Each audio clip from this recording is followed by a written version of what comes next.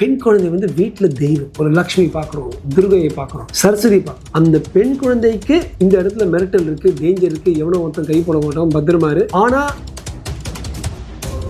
மணிப்பூர் ஆச்சுன்னா அவங்களுக்கு எரியுது, காசால நடந்தா அவங்களுக்கு எரியுது. ஆனா வீட்டுல நடந்தா அவங்களுக்கு எரிய மாட்டேங்குது. அது வந்து விளாத்திக்குளம்ல நடந்தா அவங்களுக்கு எரிய மாட்டேங்குது. மக்கள் கூட அவங்களை விரட்டி அடிச்சிருக்காங்க. ஏன்னா ஆனா இதே மேடையில அவர் சொல்றாருல, இந்த மாநிலம் தான் பெண்களுக்கு பாதுகாப்பான மாநிலம் அப்படின்னு சொல்றாரு. அப்படி இல்லையோ? எங்கேயும் நடக்காத அளவுக்கு வேலிய பயிர வேற போல எந்த பெண் போலீஸ் இந்த பாதுகாப்பை கொடுக்கணுமோ அந்த பெண் போலீஸ் மேல கையை போடுறாங்க. அது யாரு போடுறாங்க?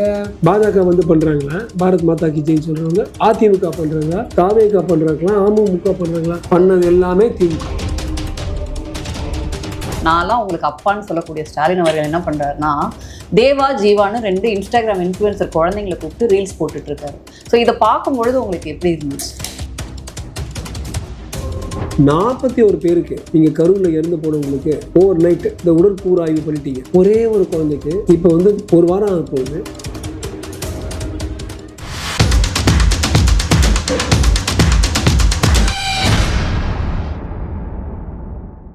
சுதேசி தமிழ் நேயர்களுக்கு வணக்கம். இன்றைய நமது சிறப்பு நேர்காணல்ல நம்ம கூட பேச போறவர் பாஜகவின் மருத்துவ அணியின் மாநில செயலாளர் டாக்டர் ஜே.எஸ். ராஜ்குமார் அவர்கள். அவரோட தான் பேசுவோம். ஆனா வணக்கம். வணக்கம் லங்கேஸ்வரி தங்கச்சி, எப்படி இருக்கீங்க? நல்லா இருக்கேம்மா. தேர்தல் தேதி அறிவிச்சுட்டாங்க தேர்தல் ஆணையம், ஏப்ரல் 23 அப்படின்னு சொல்லிட்டு 5 ஆண்டு கால ஆட்சியை நிறைவு செஞ்சிருக்காங்க திமுக. M.K. ஸ்டாலின் அவர்களுடைய ஃபர்ஸ்ட் டேர்மை முடிச்சிருக்காரு. மக்கள் சந்தோஷம் தான் ஏன் சந்தோஷம், மக்கள் எல்லாம் பெரும் சந்தோஷத்துல இருக்காங்க அப்படின்னு சொல்றாரு. பட் ஆனா தொடர்ந்து பாஜகவும் மற்ற எதிர்கட்சிகளும் அவர் மேல வைக்கக்கூடிய குற்றச்சாட்டு சட்டம் ஒழுங்கு சந்தி சிரிக்குது அப்படின்னு. ஸோ உங்களுடைய வியூ பாயிண்ட்? முதல்வர்ங்கிற முறையில அவர் டைரக்டா ஒரு பெரிய ஒரு ஸ்கேம்லயோ ஒரு பெரிய ஊழல்ல அதெல்லாம் ஒண்ணு வந்து மாற்ற மாதிரி இது வரைக்கும் இல்லை. ஸோ அது வந்து ஒரு பெரிய டிக் மார்க்.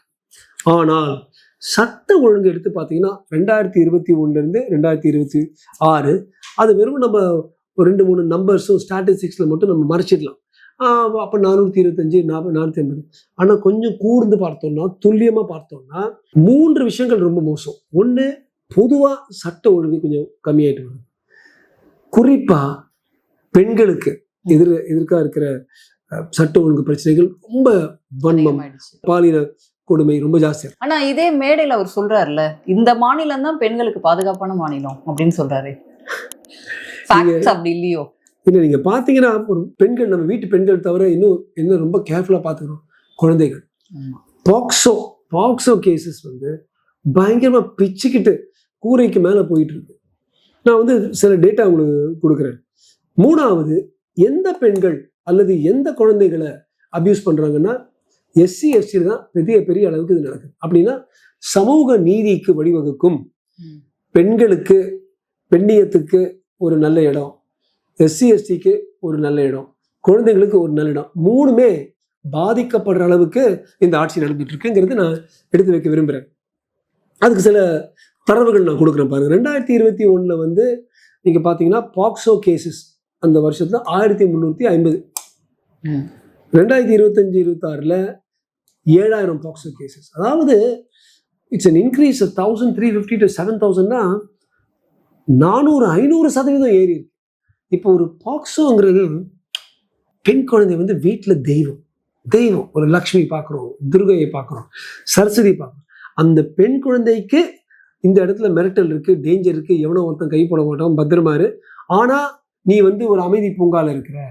ஆனா நீ மணிப்பூர்ல தான் அப்படி இருக்கு அப்படின்றது அவங்க சொல்லுவாங்க. அதான் மணிப்பூர்ல அந்த 2 பெண்கள் ஆகும்போது நாங்க எல்லாரும் கதறி எழுது. என்ன மாதிரி திமுக அதை எடுத்து ஒவ்வொரு போஸ்டராக்கி கனிமொழியெல்லாம் இப்படி சொல்லி அப்படி சொல்லி.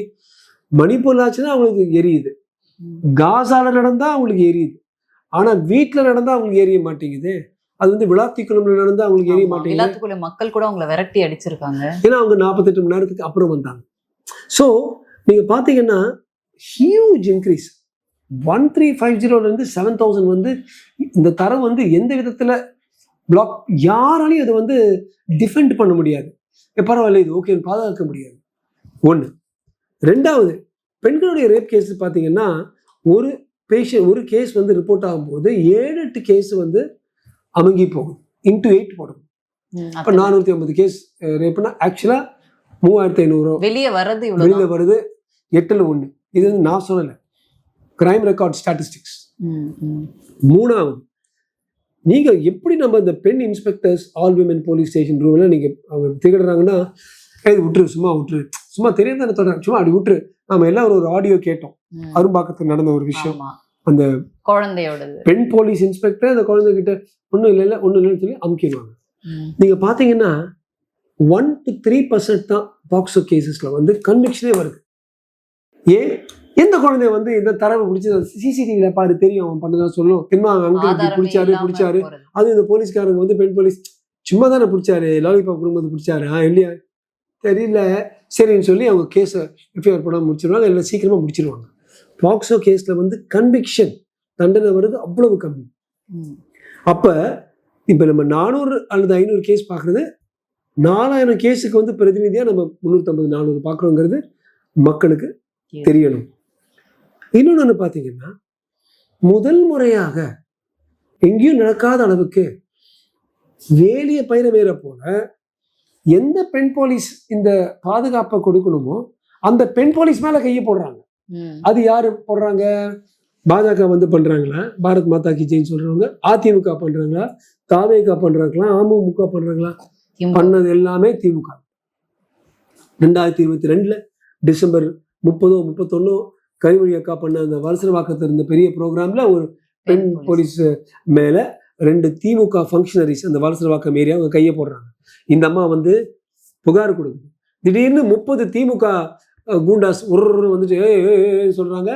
ஏன்னு தெரியல, என்னன்னு தெரியல. ஒரு நாளுக்கு அப்புறம் அந்த அம்மா அந்த புகாரை, ஒரு போலீஸ்காரியே அந்த புகாரை வந்து ரத்து பண்ணிட்டு எடுத்துடுறாங்க. அப்ப நீங்க வந்து நான் சொன்னேன்ல 1 in 8 எல்லாரும் முன்னாலையும் ஒரு போலீஸ் மேல, பெண் போலீஸ் மேல கையை போட்டு அந்த அம்மாவே எடுத்துருச்சுன்னா கொடுத்துட்டு அப்புறம் அப்ப நீங்க எவ்வளவு குடும்பங்களுடைய பெண்களுடைய கம்ப்ளைண்ட்ஸ் வந்து எடுக்கிறாங்கன்னு நினைக்கிறீங்க? அதுவும் நீங்க அந்த அவங்க பேசுறது பார்த்தா பேரு கெட்டுடும், உங்க குடும்ப பேர் கெட்டுரும், பொண்ணு பேர் கெட்டுரும், எதுக்கு விட்டுரு. இதே நம்ம பார்த்தோம்ல, வேலூர்ல கூட ஒரு பொண்ணு வந்து கம்ப்ளைண்ட் கொடுக்குது. பட் ஆனா அந்த பொண்ணு அபியூஸ் பண்றாங்க, கம்ப்ளைண்ட் எடுக்க மாட்டேங்கிறாங்க, இல்ல நீ தப்பான பொண்ணு அப்படின்னு. இது சொசைட்டிலேயே இந்த பிரச்சனை இருக்கா? ஏன்னா ஆம்பளை தப்பு பண்றான் அப்படின்னா அது டிஎம்கேவோ இல்ல மற்றவங்க இருந்தாலுமே இதுக்காகவே பாதி பேர் சொல்ல மாட்டாங்கல்ல வெளியில, ஓகே நம்ம கடந்து போயிடலாம் இதுல இருந்து, அப்படிதானே நினைக்கிறாங்க. இது சொசைட்டியாவே இந்த பிரச்சனை இருக்குல்ல. It's a very bad thing. அதாவது வந்து ஆண் ஆதிக்கத்துக்கு இது வந்து ஒரு பக்கா உதாரணம். என்ன ஆக போகுது? பெண் வந்து சொல்லணும், பெண்கள் வந்து சொல்லணும். அதாவது ரொம்ப நான் வந்து அப்ரிஷியேட் பண்றேன். அந்த அண்ணா யூனிவர்சிட்டி யார் அந்த சார் அந்த பொண்ணு சொல்லிச்சு பாருங்க. அந்த பொண்ணு போல பல பெண்கள் வரதான் அப்பேற்பட்ட பெண்களை கூப்பிட்டு அவார்டு கொடுக்கணும், விருது கொடுக்கணும். நீதான் என்ன ஆண்கள் பண்ணா ஓகே, பெண்கள் பண்ணா மட்டும் தப்பா? இல்ல நம்மளே பார்க்கும் பொழுது நீங்க இந்த அண்ணா யூனிவர்சிட்டி எஃப்ஐஆர் லீக் பண்ணியிருந்தாங்க, அந்த பொண்ணோட டீடைல்ஸ் லீக் பண்ணாங்க. அதேதான் அந்த வேலூர் பொண்ணுக்காக இருக்கட்டும். இப்ப அந்த மாதிரி லீக் பண்ணி விடுறது, அப்ப இந்த இடத்துல கவர்மெண்ட் என்ன பண்ணணும்? டெஃபினட்டா அந்த லீக் எங்க இருந்து வந்துச்சுன்னு பார்த்து அந்த இடத்துல வந்து கண்டனம் பண்ணி பயங்கரமான ஒரு தண்டனை கொடுத்து சம்பந்தப்பட்டவங்க எல்லாரும் தண்ணி இல்லாத காடுக்கு வந்து அனுப்பிச்சு விடணும். இது மாதிரி 4-5 வாட்டி. அதாவது இந்த டிட்டரண்ட்னு இருக்குங்க தங்கச்சி, அது மட்டும் திமுக சட்ட ஒழுங்குல அது இல்லை. சைலேந்திர பாபு இருந்தாரு கோயம்புத்தூர்ல, அப்போ வந்து இது மாதிரிதான் 2 பாவம் சின்ன சேட்டு குழந்தைங்களை எடுத்து பண்ணியிருந்தா போல தப்புன்னு ஒரு என்கவுண்டர் மாதிரி நடந்துச்சு. கோர்ஸ் இந்த மனித உரிமை திட்டம் இது வாங்க சொல்லுங்க அப்படி பண்ணது. அது மாதிரி அந்த ஏரியால வந்து அதுக்கப்புறம் பொஸ்ன்னு கம்மியாயிடுச்சு. இந்த பெண்களுக்கு கடுமையான தண்டனைகள் ஐயோ இப்படி பண்ணிட்டு வாங்கடா வேணாம் நம்மளுக்கு. இப்ப என்ன சொல்றாங்க, எல்லாமே பார்த்துக்கலாம் நம்ம பார்ட்டி தான் இது.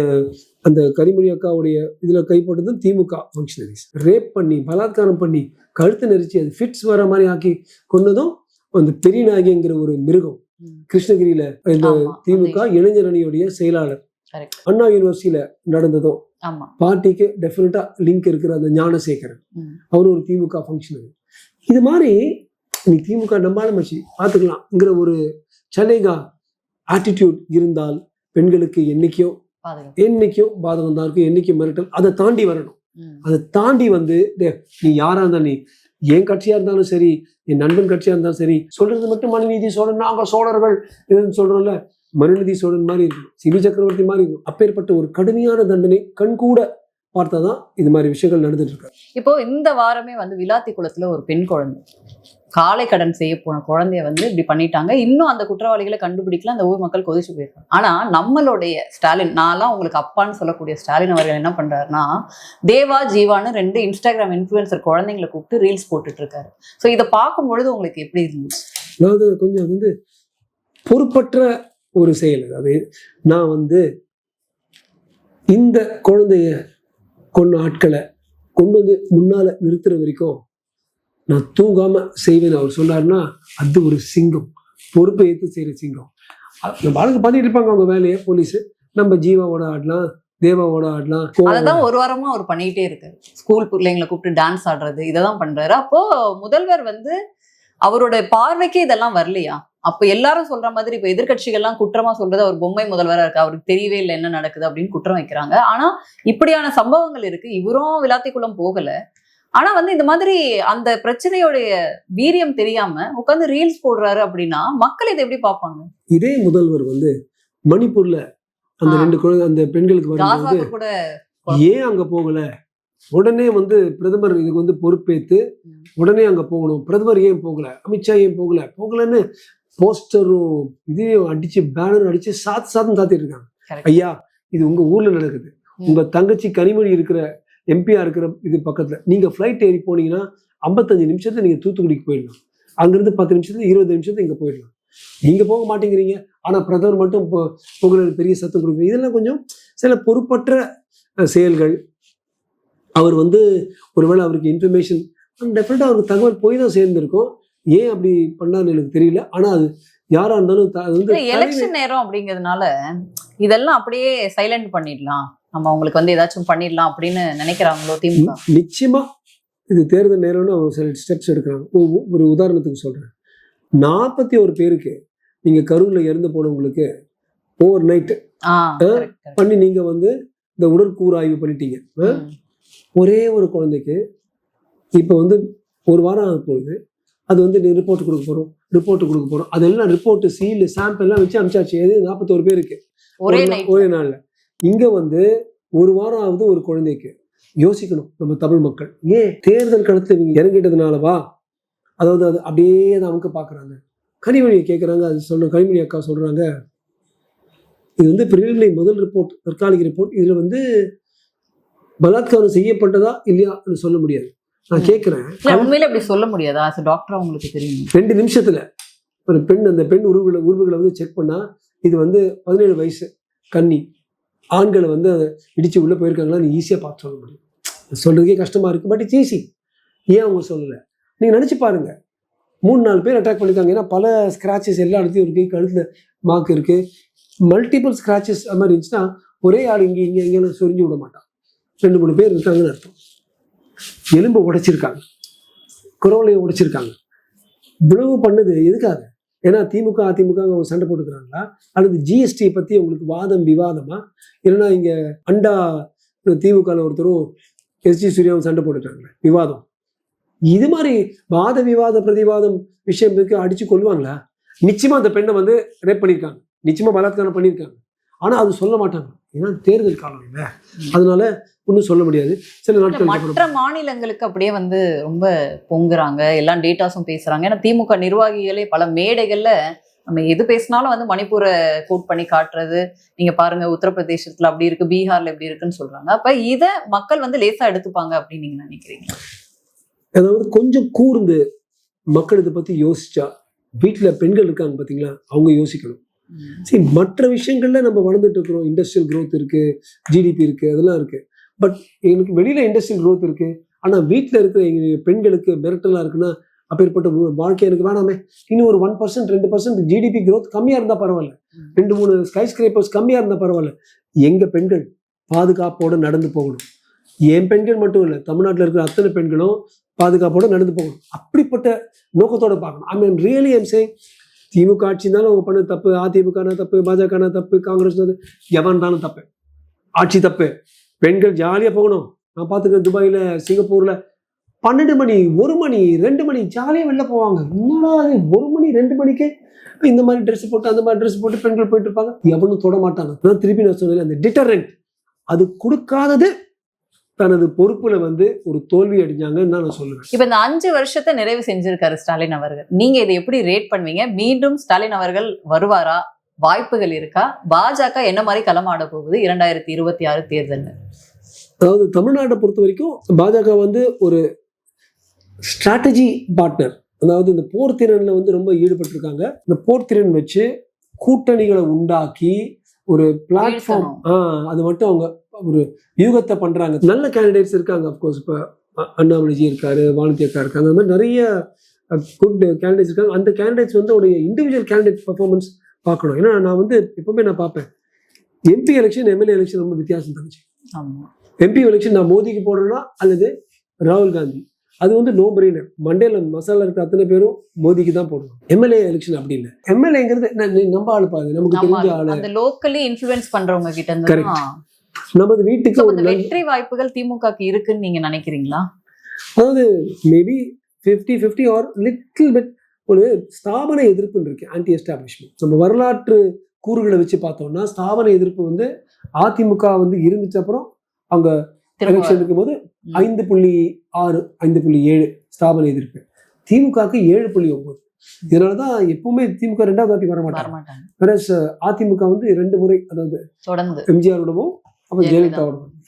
வை? ஏன்னா அவங்களுக்கு அந்த 2.5% டிஃபரன்ஸ் இருக்கு ஸ்தாபன எதிர்ப்பு. அதாவது ஏனென்றால் அதிமுக வந்து எப்பவுமே ஒரு குடும்ப ஆட்சின்னு இருந்ததே இல்லை. எம்ஜிஆர் இருந்தாரு அல்லது ஜெயலலிதா இருந்தாங்க.